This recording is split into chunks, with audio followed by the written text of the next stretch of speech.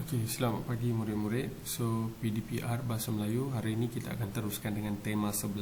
Okey, tema 11 tajuknya Ekonomi Dinamik Negara Berwibawa.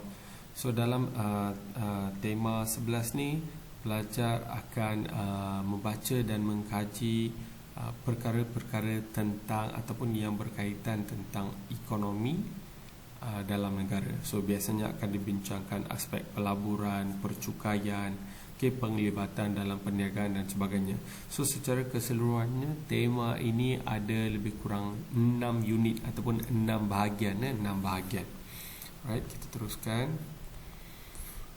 Okay, so unit yang pertama tentang belanjawan dinamik. So, untuk pengetahuan pelajar kena mengetahui ataupun memahami konsep belanjawan. Okay, setiap kali pelajar akan dengar ataupun sekitar bulan September, Oktober biasanya kita akan dengar tentang belanjawan sebagainya lah.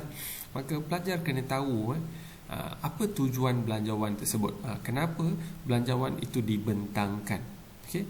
Dan untuk pengetahuan anda, sebenarnya belanjawan itu disediakan dengan tujuan untuk mengetahui ataupun merancang perbelanjaan kerajaan ataupun sesebuah negara. So, dari aspek tersebut, berapakah jumlah perbelanjaan yang diperuntukkan untuk sektor pendidikan, itu telah dinyatakan dalam buku teks muka surat 146 dan 147. Sebenarnya pelajar kena faham, bila sebut belanjawan sektor pendidikan, kita jangan anggap bahawa kita akan diberi jumlah tertentu lepas tu dibelanjakan untuk pendidikan semata-mata. Sebenarnya cabang pendidikan tu terlalu luas. Okay, antaranya dana bantuan untuk persekolahan. Bila sebut dana bantuan persekolahan, dia termasuklah yuran yang digunakan, operasi sekolah, seterusnya bangunan sekolah, okay, aktiviti sukan, semuanya merangkumi perbelanjaan tersebut ataupun terangkum ataupun termasuk dalam perbelanjaan tersebut. Seterusnya pendidikan teknikal dan latihan vocational, sekolah vocational, sekolah menengah vocational, sekolah teknik, semuanya di bawah Kementerian Pendidikan. Maka mereka juga termasuk dalam peruntukan pendidikan. Seterusnya beasiswa dan pinjaman pendidikan. Okay? So bila ada peruntukan, kita jangan anggap bahawa peruntukan untuk sektor pendidikan terlalu banyak. Tak, sebenarnya bila kita bahagikan mengikut kepentingan, dia akan menjadi terhad. Okay, seterusnya pemerkasaan aktiviti penyelidikan di institusi di pendidikan tinggi. Maksudnya biasanya kita akan dengar lah, okay, cikgu sambung belajar dan sebagainya. Maka peruntukan pendidikan ada memperuntukkan sejumlah wang untuk guru sambung belajar ataupun individu-individu lain yang nak sambung belajar, okey, beasiswa untuk mereka. Seterusnya individu yang terlibat dengan penyelidikan pendidikan akan mendapat dana dan sebagainya. So, semua ini termasuk dalam kategori peruntukan pendidikan. Right? Kita sambung. So, contohlah, okey, contoh peruntukan pendidikan tahun 2020. Okey, pelajar boleh bacalah RM 735 juta untuk naik taraf sekolah untuk membaiki kelengkapan kemudahan sekolah. Okey, 12 juta untuk sekolah bantuan kerajaan. Okey, seterusnya polis sekolah daif terutamanya di Sabah dan Sarawak lah 783 juta.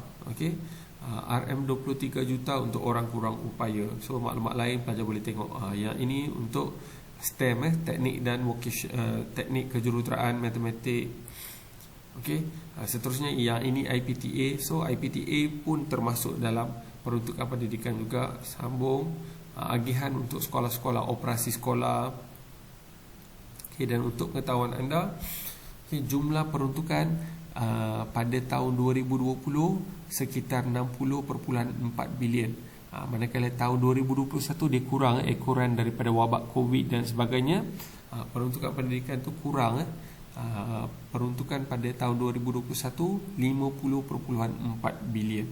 Okey, iaitu tentang unit 1. Kita sambung dengan unit 2. Okey, unit 2 mendung beralih jua. So, yang ini, bahagian ini ataupun unit 2 ni dia tentang koperasi sekolah, koperasi sekolah. Okey, right? So, diberi contoh dua situasi. Yang pertama, SMK Simpang Beluru yang terletak di ataupun terletak di daerah Sungai Siput, Sungai Siput. Okay? So mereka ni mengadakan ataupun koperasi sekolah ni Dia buat apa?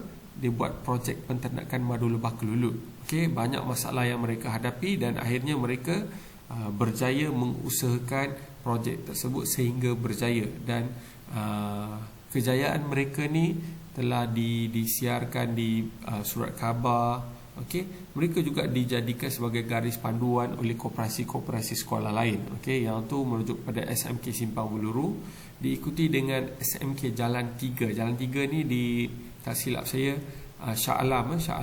Okey, SMK Jalan 3 juga dia terlibat dengan projek koperasi, iaitu menyediakan kios pelbagai barangan. Okey, SMK Jalan 3 ni dia dekat dengan kawasan jalan utama. Apabila mereka buat kios berbagai barangan macam kedai runcit lah, so senang. Okay, pelanggan dia termasuklah pelajar sekolah dan juga orang luar, masyarakat luar. So mereka sangat laris dan mereka ni mendapat anugerah sekolah, anugerah kecemerlangan koperasi sekolah peringkat kebangsaan pada tahun 2018. Okay, pelajar dikendaki baca bahagian ini ya. Okay, unit 2 ni muka surat 148 dan juga 149. Okay, dalam buku teks tolong baca, lepas tu pelajar dikendaki nyatakan masalah yang dihadapi ketika projek koperasi. Okay, yang terdapat dalam teksnya, apa masalah yang dihadapi oleh koperasi ketika melaksanakan projek tersebut. Okay, tolong gariskan menggunakan pensil dalam buku teks kamu. Okay, right. Kita sambung unit 3. Okay, unit 3 ni dia tentang tajuknya tunaikan tanggungjawabmu, tapi secara keseluruhannya dia tentang percukaian. Kenapa kamu kena bayar cukai? Apa tanggungjawab kamu sebagai seorang rakyat Malaysia? Okey, pelepasan cukai. Okey, untuk pengetahuan pelajar, pelajar kena tahu pendapatan kita bukan dikenakan cukai 100%. Okey, sebenarnya proses percukaian ni ada had pendapatan baru akan dikenakan cukai. Contohnya lah, katakan seorang pengawal keselamatan gaji dia 2,000 dan tanggungan dia 3 orang anak. Maka dia tak akan dikenakan cukai. Okey, contohlah katakan seorang guru gajinya melebihi 3,000, barulah akan dikenakan cukai. Okey, pada masa yang sama selepas dikenakan cukai, kita juga ada pelepasan. So maklumat tentang pelepasan cukai pelajar boleh rujuk muka surat 150 dan juga 151. Okey, sambung manfaat cukai ataupun kebaikan cukai ya. Bila kita bayar cukai ataupun rakyat Malaysia yang gajinya layak dikenakan cukai, dia membayar cukai, apa signifikannya ataupun apa kebaikannya, apa kesan dia. Okey, cukai yang dibayar ni digunakan untuk tujuan pembangunan negara. Okey, agihan cukai tersebut sebagai agihan untuk sektor pendidikan, pertanian, kesihatan, kebajikan, kesejahteraan, ekonomi, okay, sektor keselamatan, ketenteraan dan sebagainya, pengangkutan awam, pembangunan penyediaan infrastruktur, okay, kemajuan industri dalam penyediaan peluang pekerjaan dan sebagainya. Okay, pelajar boleh rujuk muka surat 150, 151 untuk memahami lebih lanjut. Right. Kita teruskan dengan unit 4. Okay, unit 4 ni yakin pasti boleh tajuknya. Okay, secara keseluruhannya unit 4 ni dia menjelaskan tentang kelebihan college vocational. Apa yang college vocational ada, apa yang mereka tawarkan. Okay, pelajar kena faham sekolah menengah vocational dengan college vocational berbeza. Okay, di mana sekolah menengah vocational ni dia hanya menawarkan program yang ada seperti mana yang ada di college vocational. Dan sekolah menengah vocational ni dia tak menawarkan diploma, tetapi college vocational dia menawarkan diploma vocational Malaysia. Okey, dan sekolah menengah vocational teori dia terhad dan bilangan kursus yang ditawarkan tu pun terhad. Tapi di sekolah vocational terdapat pelbagai pilihan. Okey, right. Dan teori juga banyak. Okey, masa peruntukan masa untuk teori tu lebih banyak. Okay, right? So untuk maklumat lanjut pelajar boleh rujuk ke surat 152 dan juga 153. Okay, kita sambung. Alright, unit yang kelima. Unit yang kelima ni tentang pelaburan pelaburan SSPNI. Okay. So pelajar bolehlah baca maklumat di muka surat 154 dan 155.